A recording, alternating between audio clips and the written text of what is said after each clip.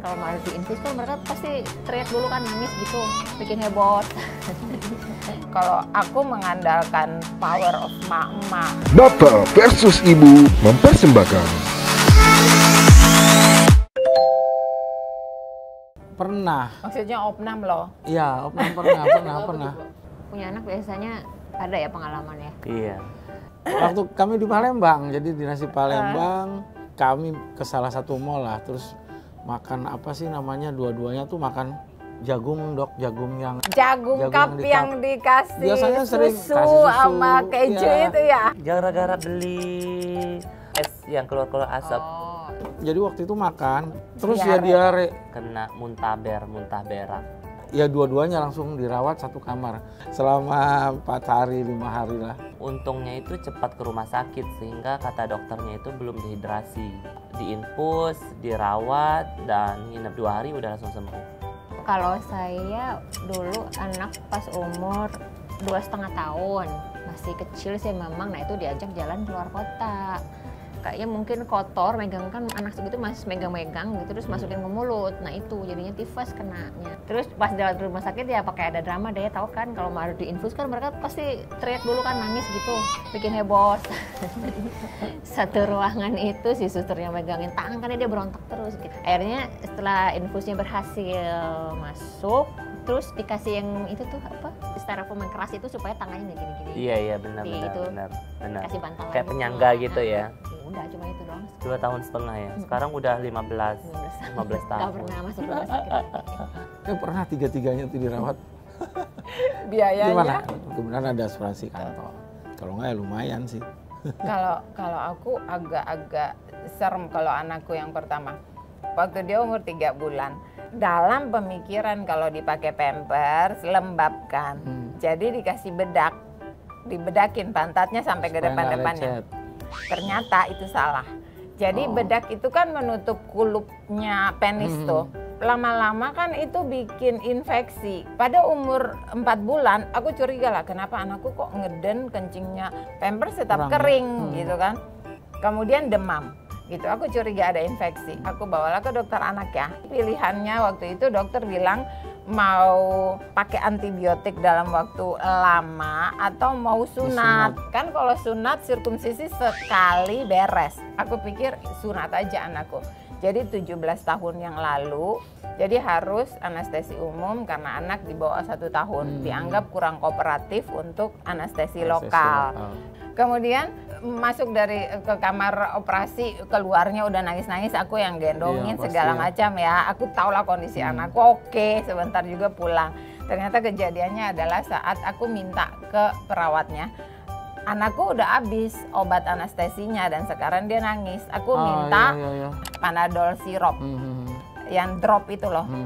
Tiba-tiba si perawat itu datang, dia kasih obat penghilang sakit yang dimasukin dari anus gitu loh. Aku bilang gini, Itu kan bukan untuk anak kecil, itu untuk anak 13 tahun ke atas. Enggak, ini dikasih oleh dokter anaknya. Memang ada preparat yang khusus anak sekarang untuk obat jenis ini. Setahu aku itu obat untuk 13 tahun ke atas. Sekarang udah ada, karena ini dikasih dokternya.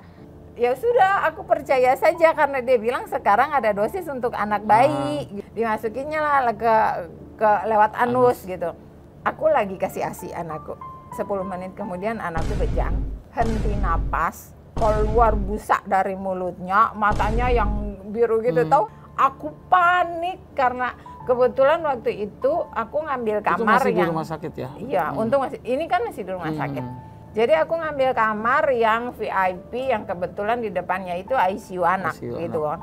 Langsung dihandle saat itu dan itu weekend. Sebagai informasi kalau weekend dokter spesialis nggak standby, yang ada itu adalah dokter jaga yang saat itu adik kelasku.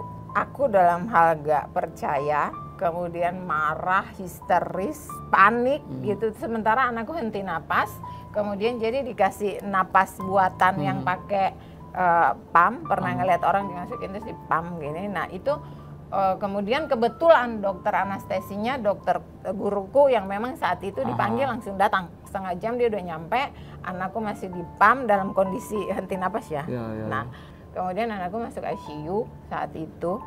aku bukannya mau ceritain tentang rumah sakit, tapi kalau di dalam rumah sakit pun kita sebagai orang tua jangan polos-polos banget.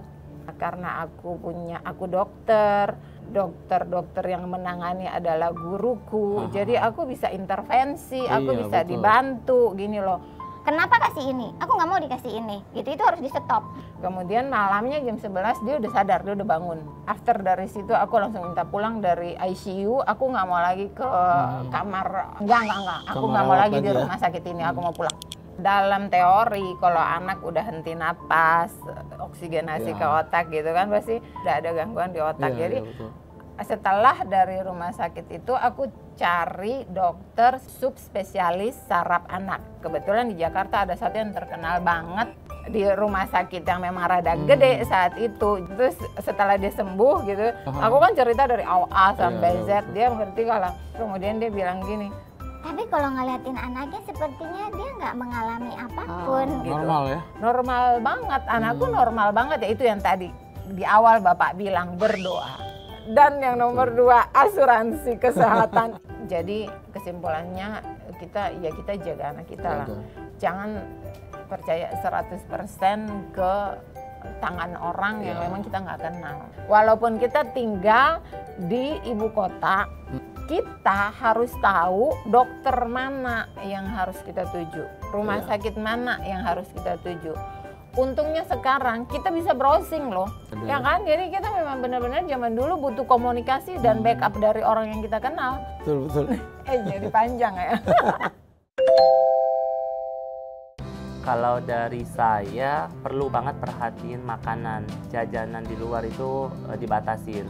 Rasanya diperhatikan disiplin ya, disiplin tidurnya, makannya, Betul. ya jajannya. Lebih baik dia agak nangis sedikit, yang penting dia sehat daripada kita semuanya dibolehin tapi malah nanti nggak baik untuk dia. Pokoknya aku selalu bilang, Kalau mama papamu nggak makan, berarti kamu juga nggak boleh makan Nggak itu. boleh makan itu ya? gitu kan. Kadang agak-agak menggunakan kekuatan. Olahraga yang sulit nih, anak-anak sekarang ini Susah. sulit olahraga. Ya makan Mager. mager, betul. Apalagi anak-anak sekarang ini ya zaman online ini, Gadget aja zaman kan. online ini kadang-kadang kuliahnya juga pun Online ya. nggak terbatas waktu. Jam 11 malam masih kerja kelompok Tapi online. online. Jadi ya tetap disiplin karena sulit anak sekarang untuk inisiatif sendiri. Kalau aku ya nggak tahu sih Kalau aku mengandalkan power of emak-emak. Abang, sini makan. Gitu kan. di rumah susah karena anak 7 perempuan, oktav. anak cewek nggak bisa ya akhirnya. Masa sih bukannya biasanya mau nggak anak mau. cewek yang lebih gampang diatur. Tapi ya itu karena sibuknya itu mereka. Nanti Mungkin ya, dulu mungkin ini ya. itu apa segala Ya macam lah. mungkin ya. Tapi ya Ya mungkin. harus sih sesekali ya harus dengan ya ada marah juga. Tapi memang untuk anak sekarang nggak masuk kayak begitu. Iya. Lebih banyak diskusi mereka. Iya. Kalau kita zaman dulu orang tua bilang nggak boleh, Nurut ya kita kita tahu udah, nurut nurut, udah nggak benar. boleh gitu. Kalau anak sekarang dia kan lebih banyak bertanya. Kenapa aku nggak boleh makan itu? Coba makan batuk nggak? Batuk berarti itu nggak sehat, Iya, gitu benar. kan, bener ya. Temanku makan nggak Iya, kenapa-napa kenapa? dia jajan tiap hari. Coba kamu makan, Memi kasih uang jajan ya. Batuk nggak? Batuk kan? Berarti itu nggak sehat, Nggak bagus, gitu. nggak sehat. Jadi biar mereka mengalami Harus ada bukti. sendiri, harus ada bukti. anak sekarang begitu Iya kan. betul, harus ada bukti. Terima kasih Bapak Ibu Sudah menonton kita. di Bapak versus Ibu. Jangan lupa like, share. komen dan subscribe. Sampai jumpa. jumpa.